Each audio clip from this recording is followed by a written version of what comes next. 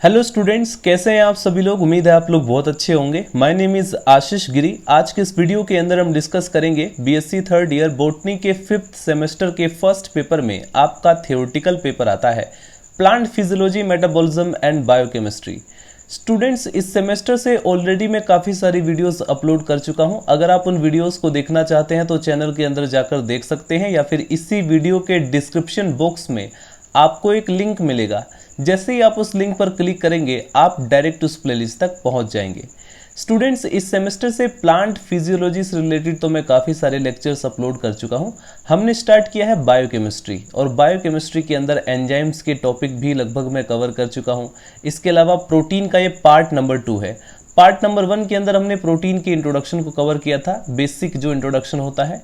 आज हम डिस्कस करेंगे स्टूडेंट्स प्रोटीन से रिलेटेड एक मोस्ट इंपॉर्टेंट टॉपिक, जिससे रिलेटेड एग्जाम पेपर में लॉन्ग क्वेश्चन पूछा जाता है और कई बार कॉम्पिटिटिव एग्जाम में क्वेश्चंस भी पूछे जाते हैं। अगर आप लोग नीट एग्जाम की प्रिपरेशन कर रहे हैं, या CSIR नेट लाइफ साइंस की प्रिपरेशन करने वाले हैं, MSc एंट्रेंस एग्जाम की प्रिपरेशन करेंगे, या PGT एग्जाम की भी प्रिपरेशन कर रहे हैं, तो वहाँ पर प्रोटीन की स्ट्रक्चर से रिलेटेड काफ़ी सारे क्वेश्चंस बनाए जाते हैं।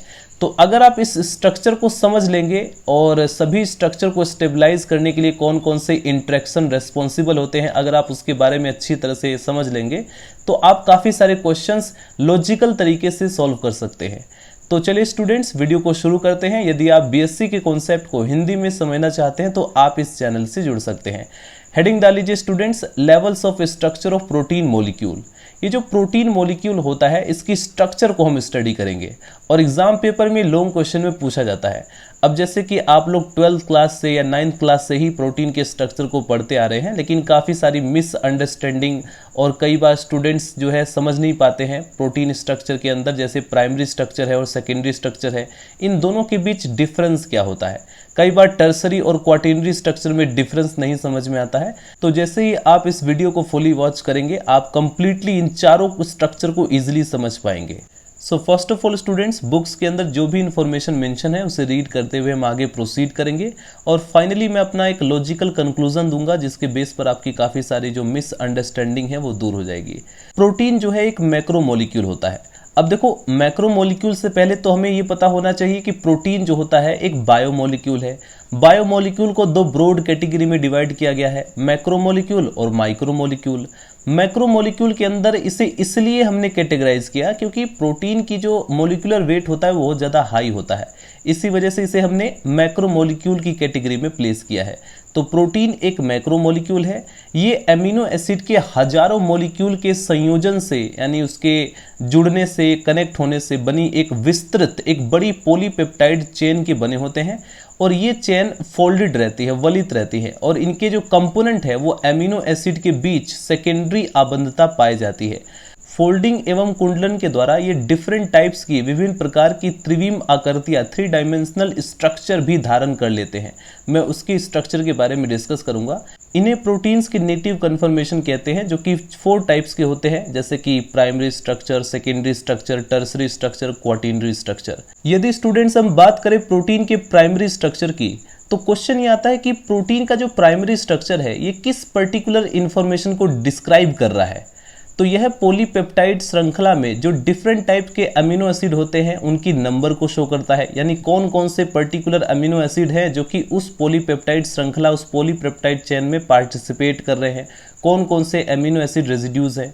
एक तो उसके नंबर को दर्शाता है, एक उसके नेचर को, यानी कि प्रोलीन है या ग्लाइसिन है, कौन कौन सा अमीनो एसिड है, स्टैंडर्ड अमीनो एसिड है, ये नॉन स्टैंडर्ड अमीनो एसिड है, राइट, और उनके सीक्वेंस को भी प्रदर्शित करती है।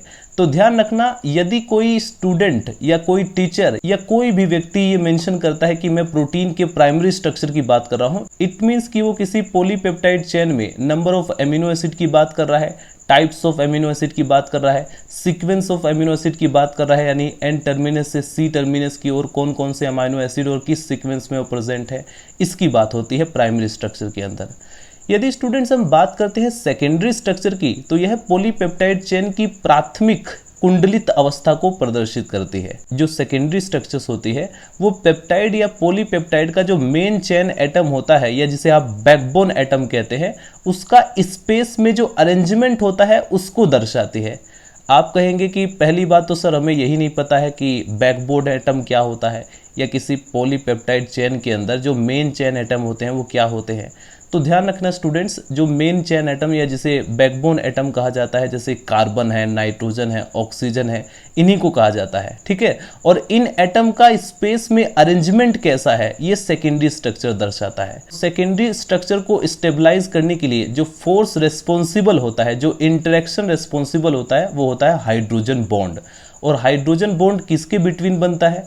हाइड्रोजन बॉन्ड जो होता है वो जो कार्बोनिल ऑक्सीजन होता है और दूसरा जो अमाइड का जो हाइड्रोजन होता है उसके बीच हाइड्रोजन बॉन्ड हमें देखने को मिलता है, ठीक है। अब कुछ स्टूडेंट कहेंगे कि पॉलीपेप्टाइड चेन के अंदर सर कार्बोनाइल ऑक्सीजन कहाँ पर प्रेजेंट होता है?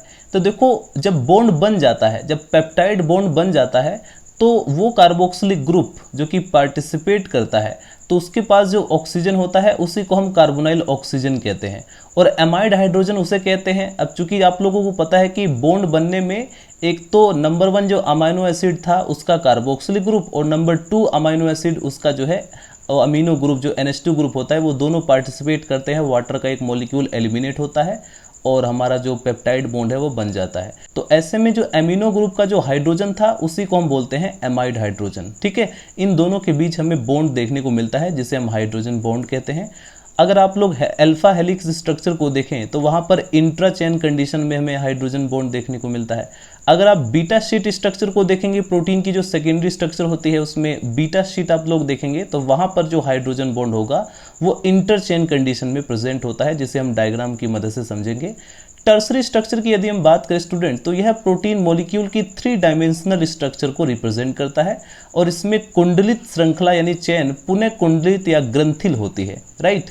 अगर मैं बात करता हूँ टर्सरी स्ट्रक्चर की तो ये किस तरह की इंफॉर्मेशन को शेयर करता है या किस तरह की इंफॉर्मेशन को डिस्क्राइब करता है। टर्सरी स्ट्रक्चर से हमें क्या पता चलता है? एक तो ये पॉलीपेप्टाइड की जो 3 डायमेंशनल स्ट्रक्चर है उसको डिस्क्राइब करता है और प्रोटीन की टर्सरी स्ट्रक्चर को स्टेबलाइज करने के लिए जो फोर्स रेस्पॉन्सिबल होते हैं, जो इंटरेक्शन रेस्पॉन्सिबल होते हैं, उसमें कोवेलेंट और नॉन कोवेलेंट दोनों तरह के इंटरेक्शन पार्टिसिपेट करते हैं। अब जैसे अगर मैं बात करता हूँ कोवेलेंट इंटरेक्शन की तो जैसे डाई सल्फाइड बॉन्ड होता है वो जो है कोवेलेंट बॉन्ड होता है तो वो भी रिस्पॉन्सिबल होता है। इसके अलावा स्टूडेंट्स अगर हम नॉन कोवेलेंट इंटरेक्शन की बात करें तो उसमें हाइड्रोजन बॉन्ड आ जाता है, वांडर वार फोर्स आ जाता है, इलेक्ट्रोस्टैटिक इंटरेक्शन या फोर्स आ जाता है। इसमें जो सबसे ज़्यादा मेजर रोल प्ले करता है वो होता है hydrophobic interaction, right. Hydrophobic interaction जो होता है वो टर्सरी स्ट्रक्चर में उसको स्टेबलाइज करने के लिए अपना मेजर रोल प्ले करता है। इसी तरह से स्टूडेंट्स यदि हम बात करते हैं क्वार्टिनरी स्ट्रक्चर की तो ये किस प्रकार की इंफॉर्मेशन शेयर कर रहा है प्रोटीन की स्ट्रक्चर से रिलेटेड, तो इसमें प्रोटीन मॉलिक्यूल को बनाने वाले सभी पॉलीपेप्टाइड श्रृंखलाओं के बीच संबंध होता है।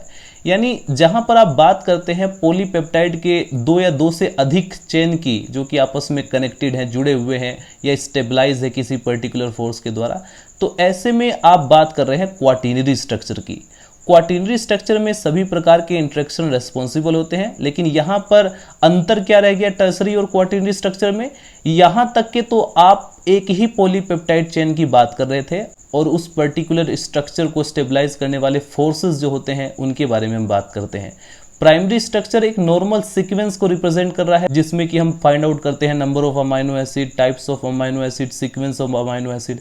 टर्सरी स्ट्रक्चर की जब हम बात करते हैं स्टूडेंट तो साइड चेन में मौजूद जो स्टेबलाइजिंग फोर्स होती हैं उसके बारे में हम बात करने लग जाते हैं, ठीक है।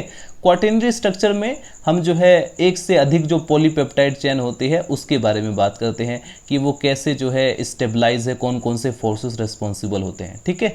प्राइमरी स्ट्रक्चर के बारे में लिखेंगे स्टूडेंट्स, पॉलीपेप्टाइड श्रृंखला में पेप्टाइड बॉन्ड द्वारा जुड़े अमाइनो एसिड की संख्या, उनका नेचर यानी प्रकृति या सीक्वेंस को प्रोटीन की स्ट्रक्चर का प्राइमरी स्ट्रक्चर कहते हैं। प्रोटीन में अमीनो एसिड का सीक्वेंस इनके जैविक प्रकार को निर्धारित करता है।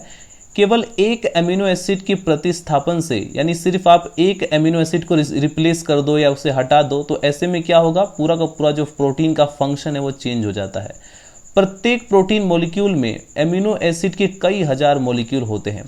यदि हम बात करें स्टूडेंट सेकेंडरी स्ट्रक्चर की तो प्रोटीन की सेकेंडरी स्ट्रक्चर को पेप्टाइड श्रृंखला के एमिनो एसिड के कार्बोनाइल ऑक्सीजन तथा एमाइड हाइड्रोजन परमाणुओं के बीच हाइड्रोजन के आबंधों को ज्ञात किया जाता है। जैसा कि मैंने आपको ऑलरेडी बताया है, ये बॉन्ड या आबंधन या तो प्रोटीन की विभिन्न पॉलीपेप्टाइड श्रृंखला के बीच हो सकते हैं अथवा फिर एक ही पॉलीपेप्टाइड श्रृंखला के विभिन्न मॉलिक्यूल में।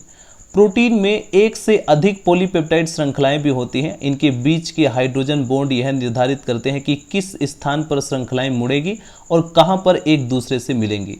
अतः श्रृंखला का मुड़ना, विभिन्न पॉलीपेप्टाइड श्रृंखलाओं का मिलना एमिनो एसिड के हाइड्रोजन परमाणुओं एवं कार्बोक्सिलिक ग्रुप की ऑक्सीजन के बीच जो हाइड्रोजन बॉन्ड होता है उस पर डिपेंड करता है। हाइड्रोजन बॉन्ड बनने से पेप्टाइड श्रृंखला की सेकेंडरी स्ट्रक्चर का रूप बना लेती है। राइट स्टूडेंट्स, मिलते हैं नेक्स्ट वीडियो में। नेक्स्ट वीडियो के अंदर इसका पार्ट 2 में कवर करूंगा। कोई भी डाउट हो तो आप लोग कमेंट सेक्शन में मेंशन कर सकते हैं।